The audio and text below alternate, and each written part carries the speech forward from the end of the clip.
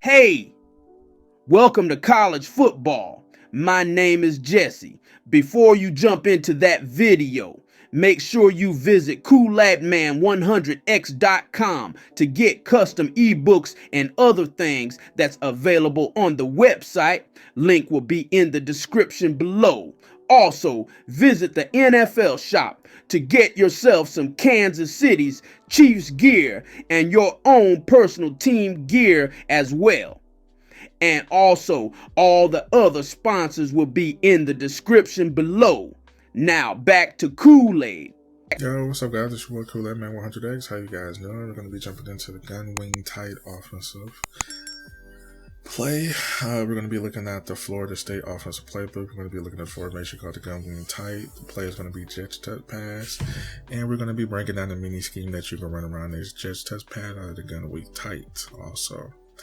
So, like I said, get your notepad, sit back, relax, and let's jump into a deep dive.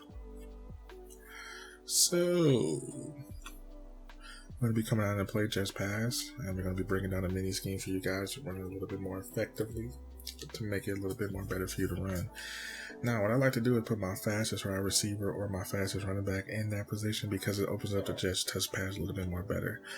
And it's a pass, it's not a running play, which is crazy, but that's how you pretty much run it, and you get very good blocking down the field. So I'm going to explain it to you and break it down a little bit more better for you. So let's jump into the instant replay. So when you run the Jets pass, it's not an actual running play. It's actually like, a toss handoff play type of thing, but he's just passing it to the player, basically, behind the field. And they consider this a pass, not a run. So it's kind of crazy, but yeah. So now it's considered a pass. So when you run this play, your indicator is going to be number 45, basically. Number 45 is going to be basically your indicator. So when you're looking at number 45, he pretty much got the blocking. He's leading that line to go right. So now your running back is going to follow the wall behind number 45 and just, take the X blocker. So now it's just, all speed and ability for the, player that you want to utilize. So in this instance, your indicator is going to be either number 45, 52, or 70. These are the three people you want to actually look at. So then we're going to detain where the wall is being built. And when the wall is built, this actually just gives you an opportunity to run the ball effectively right down the field with the touch pass. Now, people can key in on this and actually set up a defense to actually run around it. So you have to be able to utilize the play a little bit more effectively and be able to know how to play in one-on-one situations. In this instance, you see what I'm saying? You have to be able to play in one-on-one situation. So in this instance here, when you run the line here, you got the same type of people you want to look at, but now number 45 is going to the outside. Couldn't pick up that block in time. So this is where your creativity has to come into play. Should I cut in? Should I go out? Should I focus onto the sideline? All this other stuff. This is the moment where you have to scramble and make a quick decision as a running back or a receiver or a user to understand where to run next. So you have to identify where you want to do it. So you don't want to, make it seem like the wall is not there, but it has to come down for you making a play even better. So Jets touch pass is not going to be good until you make it better. So, you have to learn how to stick move and all this other stuff too when you run the Jets pass. It does it itself. It sets up the blocking for you, but in this instance, running back didn't pick up the block. So you have to understand, okay, what can I do as a user? See, doesn't pick up the block. So, what I'm saying? It comes down to you scrambling and understanding where to run. Me, instance, I don't like holding turbo because I like to see where I'm going. So now this gives me a chance to get extra yards on the sideline. You see what I'm saying? So sometimes not holding turbo actually makes the play develop a little bit more. So when you see the play develop a little bit more, you actually, make the play a little bit more better. So let's jump into the mini scheme. So we have mesh spot, PA double post, inside zone, and 0-1 trap. Now, if you're coming out in the Jets touch pass, it's totally up to you for your first play.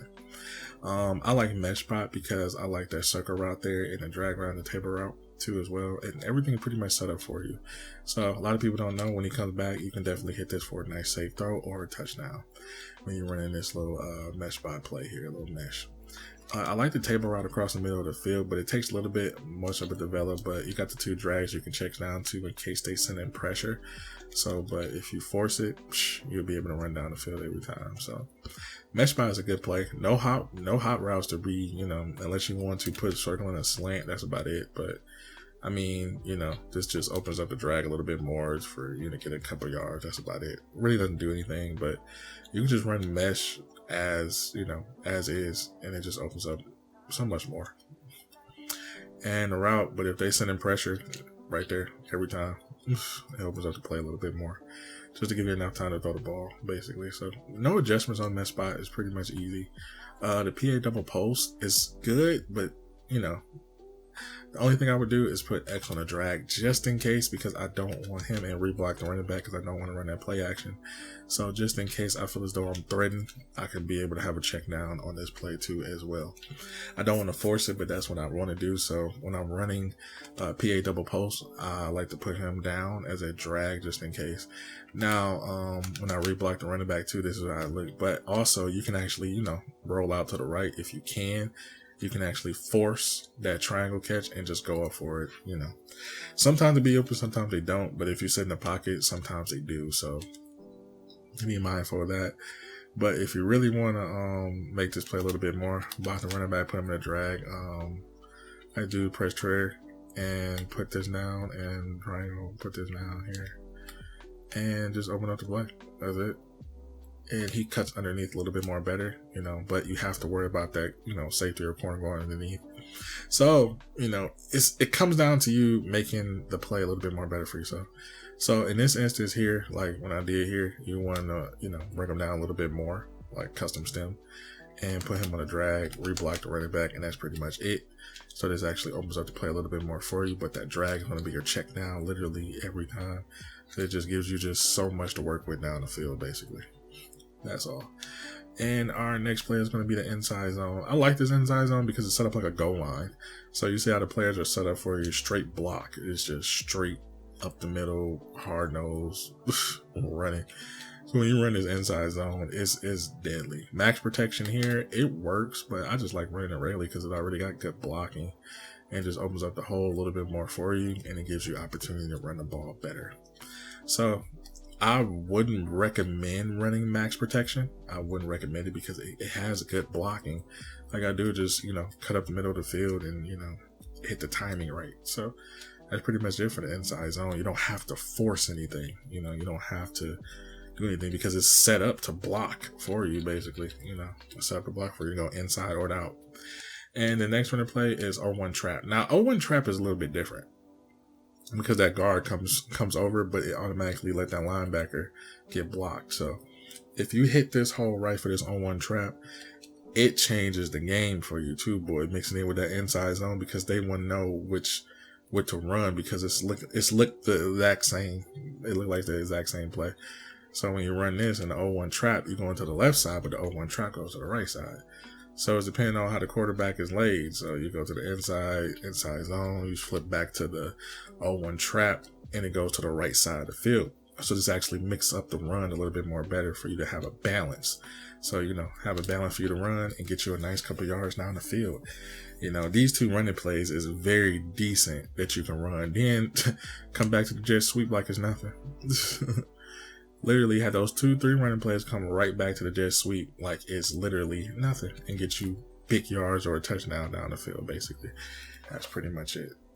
So I hope you enjoyed this mini scheme and also this play. So I'm going to catch you guys in the next one.